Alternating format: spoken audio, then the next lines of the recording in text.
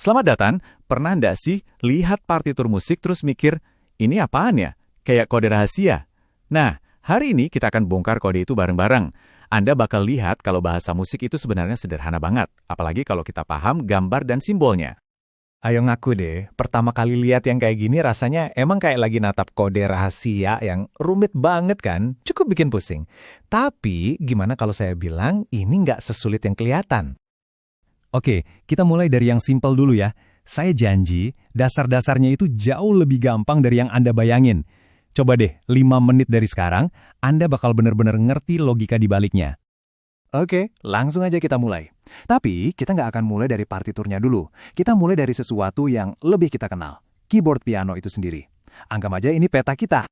Coba deh perhatiin keyboard piano. Semua 88 tuts itu sebenarnya cuma pola visual simple yang diulang-ulang terus. Ada kelompok 2 tuts hitam, terus 3 tuts hitam, 2 lagi, 3 lagi, gitu aja terus. Nah, bisa ngenalin pola ini tuh kuncinya.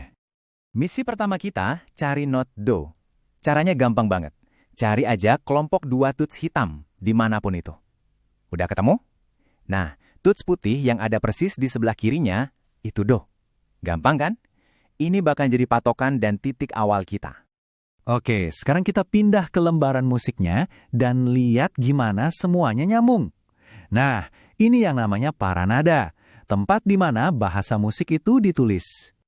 Strukturnya simple banget kok, ada 5 garis dan 4 spasi. Logikanya gini, makin tinggi posisi not di paranada, makin tinggi juga nadanya. Itu sama kayak kita gerak ke kanan di piano. Sebaliknya, makin rendah posisinya, ya makin rendah nadanya, alias gerak ke kiri. Terus gimana kita tahu nama tiap garis dan spasi? Nah, jawabannya ada di simbol ini, kunci treble. Coba perhatiin deh, bagian tengahnya itu kan melingkar pas di garis kedua dari bawah. Inilah aturannya, garis itu resmi jadi not G. Dari patokan G inilah kita bisa namain semua not yang lain. Biasanya kunci ini buat nada-nada tinggi yang kita mainin pakai tangan kanan.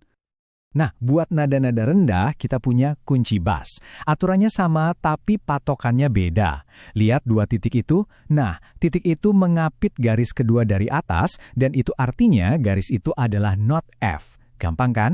Ini adalah wilayah kekuasaan tangan kiri Anda. Oke, kita udah punya keyboard, kita juga udah punya paranada. Terus gimana cara nyambungin keduanya? Jawabannya ada di satu not yang super spesial. Khusus untuk piano, kita pakainya yang namanya paranada agung, di mana paranada treble dan bass digabungin. Ini memungkinkan kita buat mencakup semua rentang nada piano yang lebar itu dalam satu sistem yang rapi. Nah, buat nemuin titik penghubungnya, ada istilah yang gampang banget diingat, du pusar. Ini adalah not C yang posisinya pas di tengah-tengah piano, persis di depan pusar Anda waktu duduk. Anggap aja ini pusat dari alam semesta musik Anda. Dan di partitur, disinilah letak si do pusar kita. Lihat deh, dia punya garis kecil sendiri, namanya garis bantu, yang posisinya pas banget di antara paranada treble dan bass. Inilah jangkar kita yang nyambungin kedua tangan dan menyatukan seluruh sistem. Oke, jangkar udah ketemu. Sekarang, ayo kita coba baca beberapa not pertama kita. Lihat polanya ya, kita mulai dari do di garis bantunya. Not setelahnya, re, ada di spasi pas di atasnya. Terus not berikutnya, mi, ada di garis pertama. Polanya selalu selang-seling, garis spasi, garis spasi. Gampang kan? Ini persis sama kayak tuts-tuts putih yang berjajaran di piano. Selain nadanya tinggi atau rendah, bentuk not juga ngasih tahu kita berapa lama harus ditahan. Untuk sekarang, kita kenalan sama 2 yang paling dasar dulu ya. Ada not seperempat yang kepalanya hitam penuh, itu durasinya 1 ketukan. Terus ada not setengah yang kepalanya bolong, itu durasinya 2 ketukan. Simpel kan? Tapi, kalau baca satu-satu gitu kan lama ya. Nah, ini dia tips dari Pro. Buat mempercepat, jangan baca per not, tapi kenali polanya. Trik pertama nih.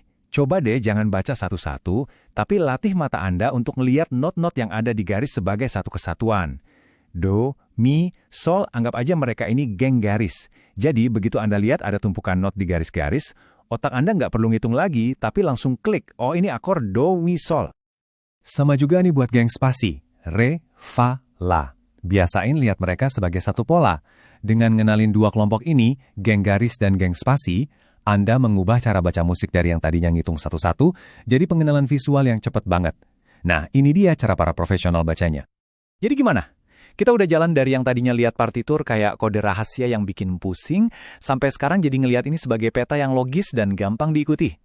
Mulai dari nemuin do pusar di piano, sampai ngenalin pola geng garis dan geng spasi, sekarang Anda punya semua alat dasar buat memulai petualangan musik Anda sendiri.